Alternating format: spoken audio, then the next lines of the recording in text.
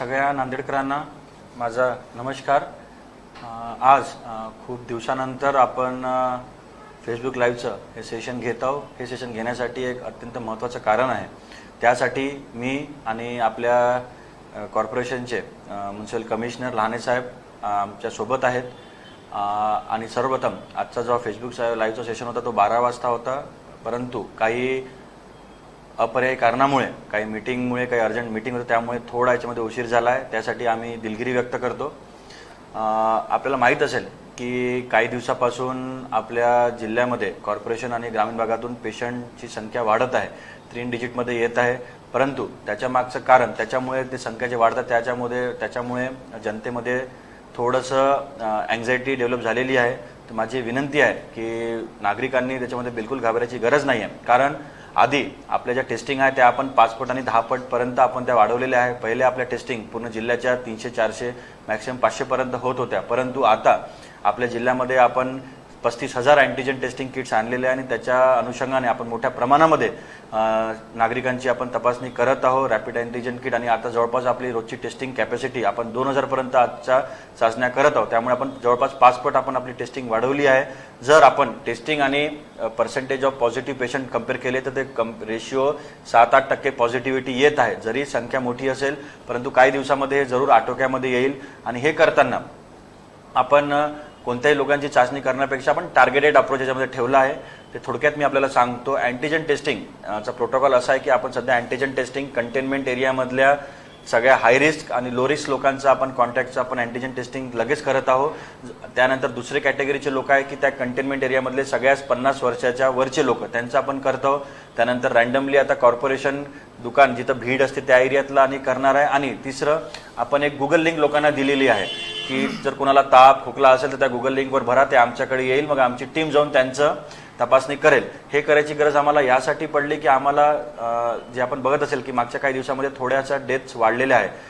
मागच्या 4-5 दिवसामध्ये ते कंट्रोलमध्ये आलेलं आहे या आपण जे ॲक्टिव्हिटी केल्या त्यामुळे। परंतु याचं कारण एक लक्षात हे आलं की जेव्हा ज्या पेशंटचा डेथ होता त्या पेशंटच्या नातेवाईकाला आम्ही फोन करत असतो, आमची टीम, आणि त्यांना विचारत असतो की तुम्ही जर पेशंट ॲडमिट केलेला आहे, फॉर एक्झाम्पल एखादी पेशंट 1 तारखेला ॲडमिट झाला आणि त्याची 2ला डेथ झाली, तर मी त्याच्या नातेवाईकांना फोन करून विचारत असतो की तुमच्या आईला आजोबांना ज्यांची डेथ झाली आहे त्यांना सिम्पटम्स केव्हापासून तयार झाले। तर आम्हाला एक उत्तर मिळते की सर आम्हाला 5-6 दिवसापासूनच आमच्या आजोबांना किंवा वडिलांना ताप होता, आम्ही घरीच त्यांना पॅरासिटामॉल दिलं किंवा प्रायव्हेट प्रॅक्टिशनरकडे गेलं। जेव्हा आमच्या हे लक्षात आलं त्यामुळे आम्ही हे सांगितलं की लोकांनाच तुम्हीच आम्हाला सांगा की आता ताप आला काही असेल। आणि त्यामध्ये दुसरा घटक आम्ही इन्व्हॉल्व केलेला आहे प्रायव्हेट प्रॅक्टिशनर। कारण मॅक्सिमम लोक पहिले प्रायव्हेट प्रॅक्टिशनरकडे जातात आणि नंतर त्यांचं जेव्हा तब्येत वाढते, जेव्हा लंग त्यांची जास्ती डॅमेज होते तेव्हा ते गव्हर्नमेंटमध्ये येते, परंतु तेव्हा आमच्या डॉक्टरांना त्यांना वाचवायला खूप त्रास होतो। त्यामुळे आम्ही डॉक्टरांना आणि नागरिकांना याच्यामध्ये इन्व्हॉल्व करून त्यामध्ये कम फॉरवर्ड नांदेडकर, त्यामुळे तुम्हाला काही पण त्रास असेल तर तुम्ही आम्हाला त्याच्यावर गुगल लिंकवर भरा, ते गुगल लिंकचा माहिती आमच्याकडे येते। मग तो माहिती आम्ही डिसेंट्रलाइज करून आम्ही तालुक्यांना देतो आणि तिचे THO त्यांना कॉन्टॅक्ट करून त्यांचं लगेच तपासणी करते, जेणेकरून आपल्याला इनिशियल स्टेजमध्येच ते बिमारी पकडमध्ये आली पाहिजे। त्यामुळे मी अजून एकदा सगळ्या नांदेडकरांना हे विनंती करतो की त्यांनी न भीता सामोर यावं। कारण कोरोनाची बिमारी आहे, ते जर लवकर तुम्ही डायग्नोज केली तर तुम्हाला काहीच होत नाही। आतापर्यंत आपण 800, 850, 900 लोकांना बहुतेक आपण CCमधूनच सोडलेलं आहे।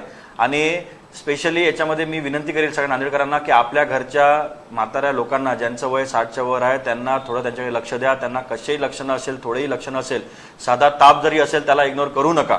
मी आधी सांगितलेलं आहे की सगळ्यांनी आपल्या घरी एक थर्मल गन, टेम्परेचर मोजायचं आणि पल्स ऑक्सिमीटर घ्या आणि आपल्या घरातले जे वयस्कर लोक आहेत त्यांची काळजी घ्या। सध्या आपल्याला पॉझिटिव्ह केसेसला भिण्याची गरज नाही आहे। सगळ्यात महत्त्वाची गोष्ट आहे की आपल्या जिल्ह्यांमध्ये मृत्यू नको व्हायला कोरोनामुळे।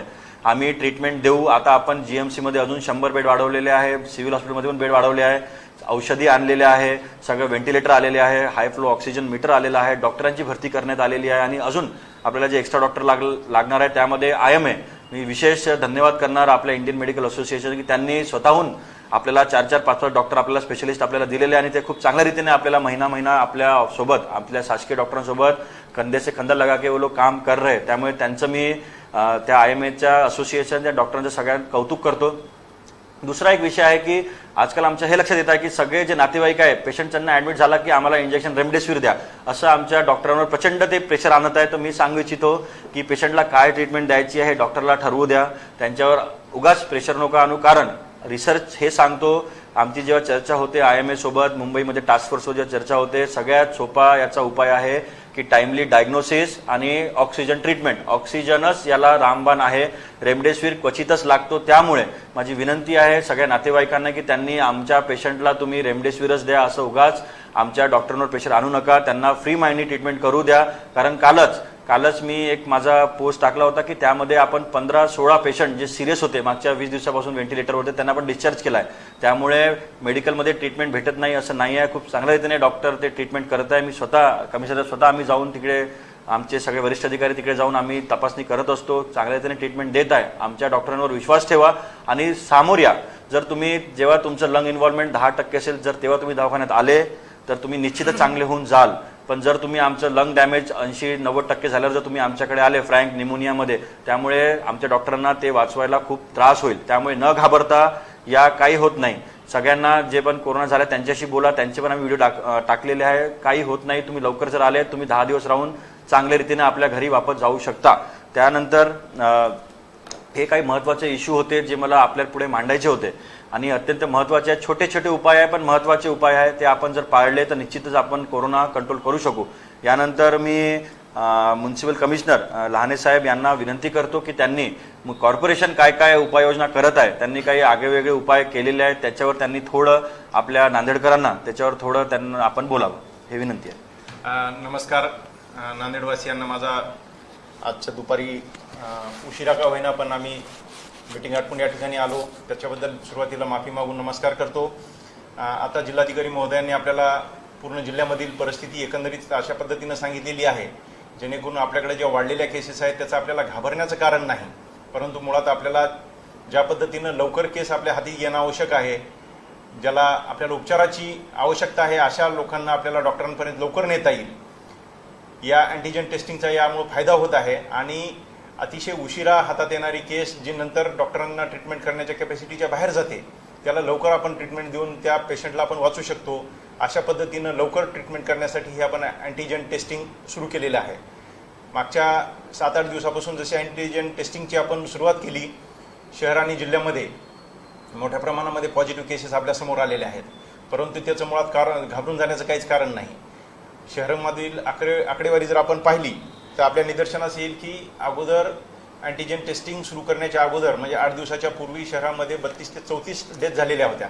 परंतु मागच्या 8 दिवसांमध्ये जशा केसेस आपल्या निदर्शनास आलेल्या आहेत त्याच्यामध्ये 4 डेथची भर पडलेली आहे आणि आपला डेथ रेशो 4.5% 3.8% असा खाली आलेला आहे. जे केस लवकर डॉक्टरच्या निदर्शनास येईल त्यांना ट्रीटमेंट करणं डॉक्टरला सोपं जात असतं. आता जिल्हाधिकारी महोदयांनी आपल्याला सांगितलेलं आहे की ज्याचं लंग 10-20% डॅमेज आहे तोपर्यंत जर निदर्शनास आलं तर डॉक्टर ट्रीटमेंट करून त्या पेशंटला वाचू शकतात. परंतु 70, 60, 80% जर आपलं लंग डॅमेज झाल्याच्या नंतर ती केस जर आपल्या हाती आली तर डॉक्टरांना त्याला वाचवण्याची पुरेशी संधी मिळत नाही. मग आपण विनाकारण अमुक औषधं दिलं पाहिजे, ते इंजेक्शन दिलं पाहिजे म्हणून आपण आग्रह धरत असतो आणि केस क्रिटिकल झाल्याच्या नंतर ती हाताबाहेर जाते. परंतु यावरती हा दुसरा तोडगा आहे की RT-PCR टेस्टिंगऐवजी आपण रॅपिड अँटीजन टेस्टिंग केली तर बऱ्याच अंशी आपल्याला पॉझिटिव्ह केसेस लवकर आपल्या निदर्शनास येत आहेत. महानगरपालिकेमार्फत आपल्याला सुरुवातीला ज्या गर्दीचे ठिकाणं आहेत त्या ठिकाणी आपण याचं नियोजन केलेलं आहे. त्या अगोदर ज्या कंटेनमेंट एरियामध्ये आपण सर्वे केलेला आहे, सारी सर्व्हिलन्स आहे, ILI सर्व्हिलन्स आहे, त्याचा बफर झोन आहे कंटेनमेंट झोनचा, त्याच्या पेरिफेरीमध्ये सर्व केसेस आपण रॅपिड अँटीजन टेस्टिंग मार्फत टेस्ट करत आहोत. त्याच्यानंतर आपल्या माळटेकडी भागामध्ये आपल्याला फ्रूट मार्केट आहे, ज्या ठिकाणी मोठ्या प्रमाणामध्ये फळांचा व्यापारी त्या ठिकाणी जमत असतात आणि गर्दी होत असते. तसेच आपल्याला वाडीमध्ये आपल्या एक मंगल कार्यालयामध्ये आपल्याकडे भाजी बाजार भरतो, त्या ठिकाणी मोठ्या प्रमाणामध्ये गर्दी होत असते, त्या ठिकाणी एक टेस्टिंगचं महापालिकेचं नियोजन आहे. त्यानंतर मार्केटमधील आपल्या म्हणजे पूर्ण शहरातल्या आतलं मार्केट आहे त्याच्यामध्ये सर्व दुकानदारांची ज्या ठिकाणी मोठ्या प्रमाणात गर्दी होते अशा ठिकाणी आपण टेस्टिंगचं नियोजन केलेलं आहे. असं नियोजन केल्याच्या नंतर ज्या प्रमाणामध्ये आपल्याला 5, 7, 10% पॉझिटिव्ह केसेस सापडतात, परंतु पॉझिटिव्ह आलं म्हणून घाबरण्याचं काही कारण नाही. याच्यामध्ये आपण क्वारंटाईन सेंटरची आपली जी फॅसिलिटी आहे आणि CCCची फॅसिलिटी आहे, इतर शहरांच्या मानानं इतर जिल्ह्यांच्या मानानं नांदेडमध्ये अतिशय चांगल्या पद्धतीनं फॅसिलिटी आपल्याकडे उपलब्ध आहे. आपल्याकडे NRI, पंजाब भवन, कवठ्यामध्ये महसूल भवन, आपल्याकडे पॉलिटेक्निक कॉलेज अशा ठिकाणी साधारण 900 ते 1000 बेडची आपल्याला सद्यस्थितीत आपल्याकडे व्यवस्था आहे. तसंच आपण भविष्यामध्ये देगलूर नाका भागामध्ये गुर्दू घर आहे, त्या ठिकाणी आपण एक क्वारंटाईन सेंटर आणि CCC सुरू करत आहोत. नागरिकांना ज्या भागामध्ये आपल्याला सोयीस्कर वाटेल त्या ठिकाणी त्यांना ठेवण्यासाठी महानगरपालिका प्रयत्न करेल. त्यांना कुठल्याही प्रकारचा त्रास होणार नाही. त्यांची आरोग्याची काळजी, त्यांच्या भोजनाची काळजी, स्वच्छतेची काळजी महानगरपालिका घेईलच. परंतु त्या ठिकाणी बरेचसे नागरिकांचे आम्ही कलेक्टर साहेबांसोबत आम्ही जाऊन भेटी दिलेल्या आहेत, चर्चा केलेली आहे. आणि आजपासून त्या ठिकाणी आपण CCC सेंटरमध्ये मनोरंजनाचे सुद्धा साहित्य उपलब्ध करून देत आहोत. काही ठिकाणी आपण बॅडमिंटन, कॅरम बोर्ड, व्हॉलीबॉलचे बॉल अशा पद्धतीनं थोडीशी फिजिकल ॲक्टिव्हिटी करता येईल अशा पद्धतीचं त्या ठिकाणी आपण साहित्य पुरवठा करत आहोत. नागरिकांनी त्या ठिकाणी अजिबातच घाबरून जाण्याचं कारण नाही. या उपरही जर कोणाला वाटत असेल की CCC मध्ये थांबण्याऐवजी आमच्या घरी आम्ही जास्त सेफ आहोत आणि आमच्या घरी स्वतंत्र राहण्याची व्यवस्था आहे, तर आपण होम आयसोलेशन हा पर्याय नागरिकांसाठी उपलब्ध केलेला आहे. ज्या नागरिकांच्या घरी एखाद्या पॉझिटिव्ह पेशंटला ठेवण्यासाठी स्वतंत्र खोली आहे, त्याला वापरण्यासाठी स्वतंत्र शौचालयाची व्यवस्था आहे, अशा असिम्प्टोमॅटिक पॉझिटिव्ह व्यक्तीला घरी राहण्यासाठी आपण अलाव करू. याच्यासाठी 3-4 अटी आहेत, ज्याच्यामध्ये आपण पाहतो की डॉक्टरचं जर असं मत बनलं की हा असिम्प्टोमॅटिक पॉझिटिव्ह माणूस त्याच्या घरी राहू शकतो, त्याला दैनंदिन डॉक्टरनं पाहण्याची आवश्यकता नाही, तर तसं त्याला एक सर्टिफिकेट देण्यात येईल. त्या पेशंटनं स्वतःहून एक अंडरटेकिंग द्यायचं आहे की मी या ठिकाणी 10 दिवसाचं क्वारंटाईन मी माझ्या घरात राहून कंप्लीट करेल, त्याच्यानंतरचं 7 दिवसाचं पण होम क्वारंटाईन मी घरी राहून कंप्लीट करेल आणि मी कुणाच्याही संपर्कात येणार नाही. तिसरं सर्टिफिकेट असेल एक केअर गिव्हर पर्सनचं, म्हणजे घरामधील कुणीतरी एखाद्यानं अशी हमी घेतली पाहिजे की आम्ही या पेशंटला आम्ही घरामध्ये त्याची संपूर्णतः काळजी घेऊ, इतरांच्या संपर्कात तो येणार नाही याची आम्ही दक्षता घेऊ, त्याचं खाण्यापिण्याची व्यवस्था त्याच्या रूममध्ये सेपरेट रीतीनं करण्यात येईल. अशा पद्धतीचं केअर गिव्हरचं तिसरं सर्टिफिकेट असेल. आणि महानगरपालिकेची MPW किंवा इतर कुणी आणखीन कर्मचारी असतील त्यांनी त्या घराची प्रत्यक्ष पाहणी करून त्या ठिकाणी खरंच अशी फॅसिलिटी अवेलेबल आहे का असं एक सर्टिफिकेट जर दिलं तर ह्या बाबींची पूर्तता झाल्यास त्या व्यक्तीला होम आयसोलेशनचा पर्याय उपलब्ध असेल. मग त्याला या सगळं बाबींची पूर्तता झाल्याच्या नंतर त्याला एक किट देण्यात येईल, ज्याच्यामध्ये हायड्रॉक्सिक्लोरोक्विन असेल, व्हिटॅमिन C असेल, जे काय आवश्यक औषधोपचार त्याच्यासोबत द्यायचे ते दिले जातील. तो घरी गेल्याच्या नंतर मग महानगरपालिकेतर्फे त्यांची विचारपूस करण्यासाठी एक आम्ही शिक्षकांचं एक पथक नेमलेलं आहे, ज्याच्यामध्ये ते सकाळ संध्याकाळ 2 वेळेस त्या रुग्णाच्या संपर्कात असतील. त्याला त्याचं पल्स ऑक्सिमीटरनं ऑक्सिजन SpO2 जे आहे ते तपासल्याच्या नंतर त्याची लेवल किती आहे, थर्मामीटरनं टेम्परेचर तपासल्याच्या नंतर टेम्परेचर किती आहे, काही त्याला त्रास होतो का, काही सिम्पटम आहेत का, अशा पद्धतीची विचारपूस दररोज 2 वेळेस करण्यात येईल. केअर गिव्हर व्यक्तीनं सुद्धा त्याची वारंवार विचारपूस केली पाहिजे आणि काही शंका वाटली तर डॉक्टरांशी संपर्क साधला पाहिजे. अशा पद्धतीनं जर आपल्याला 10 दिवस जर घरी राहूनच या आजारापासून मुक्ती मिळत असेल तर टेस्टिंगसाठी घाबरण्याचं कोणीही काही कारण नाही. या टेस्टिंगमध्ये ज्या रुग्णांना डॉक्टरांच्या ट्रीटमेंटची आवश्यकता पडेल अशांसाठी बेड अवेलेबल आहेत. आपल्याकडे गव्हर्नमेंट मेडिकल कॉलेज आहे, सिव्हिल हॉस्पिटल आहे, आपल्याकडे DCHC म्हणून आपल्याकडे आयुर्वेदिक कॉलेजची आपण घोषणा केलेली आहे, ज्या ठिकाणी ऑक्सिजन फॅसिलिटी आपण उपलब्ध करून देतो. सरांनी आता सांगितलेलं आहे की याच्यामध्ये रेमडेसिवीर असेल, फेविपिराविर असेल, टॉसिलिझुमॅब असेल, अशा पद्धतीचे मोठे औषधांची आपण नावं घेत राहतो. परंतु हे सगळे कोणते औषध द्यायचे कोणते नाही द्यायचे हे डॉक्टरांनी ठरवलं पाहिजे. आपण बाहेर बसून ठरवण्यामध्ये खरं तर काही त्यात पॉईंट नाही. रामबाण जो उपाय आहे तो खरं तर ऑक्सिजन लेवल मेंटेन करण्याचा आहे आणि ऑक्सिजन फॅसिलिटी आपल्या 3-4 सेंटरमध्ये उपलब्ध आहे. त्याच्यामध्ये आपल्याला अजिबात चिंता करण्याचं कारण नाही. नागरिकांनी समोर येऊन स्वतःची टेस्टिंग करून घेतली तर असिम्प्टोमॅटिक पॉझिटिव्ह CCCला राहू शकतील, स्वतःच्या घरी राहू शकतील आणि ज्याला ट्रीटमेंटची आवश्यकता आहे असे सर्व रुग्ण दवाखान्यामध्ये त्यांना फॅसिलिटी मिळेल. आपल्याकडं 5-6 खाजगी दवाखान्यांनी सुद्धा आता ही फॅसिलिटी उपलब्ध करून दिलेली आहे. त्या ठिकाणी सुद्धा आपल्याला आपल्या मर्जीप्रमाणे जाता येईल. त्यामुळं नागरिकांनी अजिबात घाबरून न जाता या ठिकाणी या रॅपिड अँटीजन टेस्टिंग असेल किंवा RT-PCR असेल याच्या माध्यमामधून स्वतःच्या तपासणीसाठी स्वतःहून पुढे यायला पाहिजे. याच्यामध्ये धन्यवाद कमिशनर साहेब, आपण खूप चांगल्या रीतीने सांगितलं. 2-3 इश्यू आता जे प्रश्न आहे त्याच्यामध्ये मला असं वाटत आहे की 2-3 प्रश्न कॉमन आहे. तर पहिला हे प्रश्न आहे की सर प्रायव्हेट हॉस्पिटलमध्ये आता थोडक्यात लहान साहेबांनी सांगितलेलं आहे की आपल्या जिल्ह्यामध्ये आता 5-6 प्रायव्हेट हॉस्पिटल समोर आलेले आहे आणि ते मोठ्या प्रमाणामध्ये फक्त आपल्या जिल्ह्यातलेच नव्हे तर परभणी हिंगोली ह्या जिल्ह्यातले सुद्धा पेशंट आपण ॲडमिट करून घेत आहोत. या प्रायव्हेट हॉस्पिटलच्या बाबतीत मला एक सांगायचं लोकांना की हे जे प्रायव्हेट हॉस्पिटलमध्ये 2 टाईपचे बेड्स असतात, एक आयसोलेशन बेड आणि एक ICU बेड.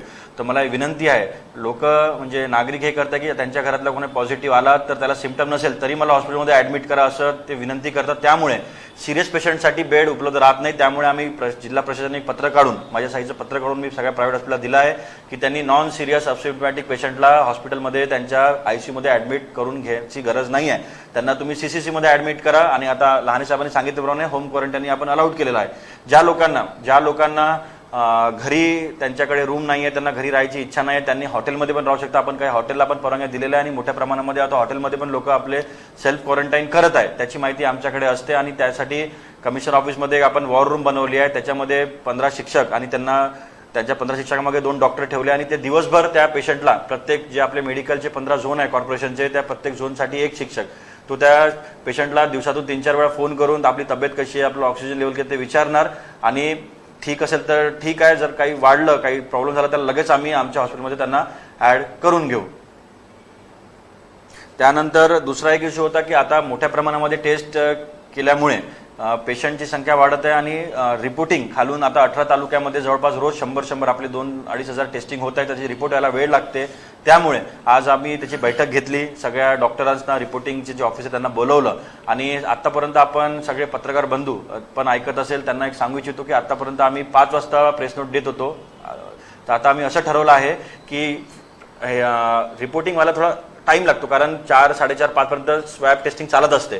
त्यामुळे रिपोर्ट तालुक्यावरून येणे आधी फक्त आपण RT-PCR करत होतो. त्यामुळे RT-PCR 2च ठिकाणी होत होतं, एक तर SRTM युनिव्हर्सिटीला आणि GMCला. त्यामुळे रिपोर्टिंग हेडक्वार्टरवरून भेटायची. परंतु आता अँटीजन किट टेस्टिंग सुरू केल्यामुळे आपल्याला 16 तालुके आणि कॉर्पोरेशन 18 आणि RT-PCRचे 20 ठिकाणून आपल्याकडे रिपोर्टिंग येते. ते रिपोर्ट कन्सोलिडेट व्हायला, ॲक्युरेट माहिती व्हायला थोडा टाईम लागतो. त्यामुळे आपण असं ठरवलं आहे की उद्यापासून सकाळी, आजचं तर आम्ही देऊ, उद्यापासून सकाळी 10 वाजता आम्ही ॲक्युरेट प्रेस नोट आम्ही देऊ, जेणेकरून सगळ्या पत्रकार बंधूंना ते नागरिकांपर्यंत पोहोचायला बरं होईल. कारण संध्याकाळी 5 वाजतापर्यंत ते रिपोर्ट्स यायला टाईम होतो, मग अपुरी माहिती जाते आणि मग त्यामुळे गोंधळ उडण्याची शक्यता टाळता येत नाही. त्यामुळे आता टेस्टिंग वाढल्यामुळे आता उद्यापासून सकाळी 10 वाजता आपण CS ऑफिसमार्फत ते प्रेस नोट आपण सगळ्यांना जाहीर करण्यात येईल. त्यानंतर काही लोकांचा असा प्रश्न आहे की RT-PCR बंद केले का? असं नाही आहे. आपल्या जिल्ह्याची RT-PCRची कॅपॅसिटी 500 आहे. मॅक्सिमम आपण 500 सॅम्पल करू शकतो. परंतु त्यामध्ये हिंगोली आणि परभणी जिल्ह्याचे पण सॅम्पल आपल्याकडे येतात. त्यामुळे जवळपास आपल्या जिल्ह्यातून 300 सॅम्पल आपल्या RT-PCRचे होतात आणि बाकी वर्षे 1700 आपण अँटीजननी करतो. त्यामुळं दोन्ही पण आता आपण कंबाईन करून आपण टेस्ट वाढवायचं आपण जबाबदारी सुरू केलेली आहे. आपल्याकडे सध्या 35,000 टेस्ट उपलब्ध झाल्या. त्यापैकी 5,000-6,000 किटची टेस्टिंग संपलेली आहे. अजून आपल्याकडे 29-30,000 शिल्लक आहे. जर या संपल्यात आपण अजून मागण्यामध्ये काही अडचण होणार नाही. आपण अजून अँटीजन टेस्टिंग किट्स मागून घेऊ. त्यामुळे आता शेवटी माझ्या वतीने आणि कमिशनर साहेबांच्या वतीने एकच प्रश्न आहे की नागरिकांनी आपले कर्तव्य पाळावे. सोशल डिस्टन्सिंग, आपल्या घरातच राहावं, बाहेर फिरू नका. आता लॉकडाऊन जरी उघडलं असेल पण तरी आपलं सेल्फ लॉकडाऊन आपण पाळावं आणि आपल्या घरात कोणालाही ताप खोकला असेल तर ते लपवून ठेवू नका, कारण that can lead to death of the patient. तुम्ही लवकर तात्काळ आपल्याला कळवा. तुम्हाला काही ताप खोकला सर्दी बॉडी एक लॉस ऑफ टेस्ट काही पण जर वाटत असेल तर लवकरात लवकर आमच्या गव्हर्नमेंट हॉस्पिटलला व्हिजिट करा. फिवर क्लिनिक चालू आहे सिव्हिल सर्जन ऑफिसला, तिथे या किंवा गुगल लिंकवर माहिती भरा. आमचे लोक तुमच्यापर्यंत येईल. कारण या ज्या गुगल डॉक्युमेंटचा प्रतिसाद खूप चांगला आहे. रोज आम्हाला लोक त्याच्यामध्ये हे करतात आणि आमचे THO त्यांची टीम पाठवून आपल्याला त्यांचे स्वॅब घ्यायसाठी आम्ही त्याच्या घरी जात असतो. त्यासाठी कॉर्पोरेशनने जवळपास 7-8 टीम बनवल्या, मोबाईल गाड्या बनवल्या. तालुक्याला पण आपण 2-2 गाड्या रेडी केलेल्या आहे. टेक्निशियनची पण नियुक्ती झालेली आहे. त्यामुळे आता मोठ्या प्रमाणामध्ये आपण ते टेस्टिंग सुरू करणार आहे. त्यामुळे मॅक्सिमम लोक लवकरात लवकर आपल्या पकडीमध्ये येईल आणि ते स्प्रेड करायसाठी थांबेल. त्यामुळे मी अजून एकदा सगळ्या नांदेडकरांचं धन्यवाद करतो की त्यांनी सगळ्यांनी आतापर्यंत प्रशासनासोबत कॉपरेशन केलं. अजून आता आपली जिम्मेदारी अजून वाढलेली आहे, कारण आता टेस्टिंग वाढेल तर पेशंटही वाढेल. त्यामुळे लवकरात लवकर सगळे पेशंट आपल्याला आयसोलेट करून घ्यायचे आहे आणि आपला जिल्हा कोरोनामुक्त करून. आणि सगळ्यात माझी एक महत्त्वाची आता महत्त्वाकांक्षा, मला आता सगळ्यांकडून अपेक्षा आहे की आपल्या जिल्ह्यामध्ये डेथ्स कमी झाल्या पाहिजे. त्यासाठी आपण लवकरात लवकर आपल्या घरचे जे वयस्कर लोक आहेत त्यांना ताप येत असेल, मी वारंवार सांगत आहो, कारण हा आमचा मागच्या 10 दिवसाचा विश्लेषण आहे. यामध्ये डीन ऑफिस, सिव्हिल सर्जन, मुंबईचा टास्क फोर्स, विभागीय आयुक्त कार्यालय सगळ्यांनी मिळून आम्ही असं लक्षात आलं की पेशंट रिपोर्ट लेट होत आहे. त्यामुळे लवकरात लवकर आम्हाला ते आपण कळवा. आता एक प्रश्न विचारला आहे की ते गुगल लिंक जे आहे ज्याच्यामध्ये लोकांना आपल्याला अप्लाय करायचं आहे, ते आम्ही आमच्या फेसबुकवर आपण शेअर करतो. आपण त्याचा प्रतिसाद घेऊन लवकर आम्हाला कळवा, किंवा आपण ज्यांना पॉसिबल आहे त्यांनी लगेच फीवर क्लिनिकमध्ये येऊन जा तिथं, किंवा CCC मध्ये घेऊन जा, तिथं टेस्टिंग आपण करणार आहोत. त्यामुळे अजून एकदा मी सगळ्यांना धन्यवाद देतो की आपण हा फेसबुक सेशन अटेंड केला, आणि सगळ्यांना आजच्या रक्षाबंधनाच्या निमित्ताने सगळ्यांना शुभेच्छा देतो. आणि आपल्या रक्षाबंधनाच्या निमित्ताने आपण आपल्या घरच्या लोकांचं कोरोनापासून सुरक्षा करावं, हेच सगळ्यात मोठं ह्या वर्षीच्या रक्षाबंधनाचं आपलं ध्येय असलं पाहिजे. अजून एकदा सगळ्यांचे धन्यवाद. आणि आम्ही हे सांगून आम्ही दोघंही आपली रजा घेतो. जय हिंद, जय महाराष्ट्र. नमस्कार.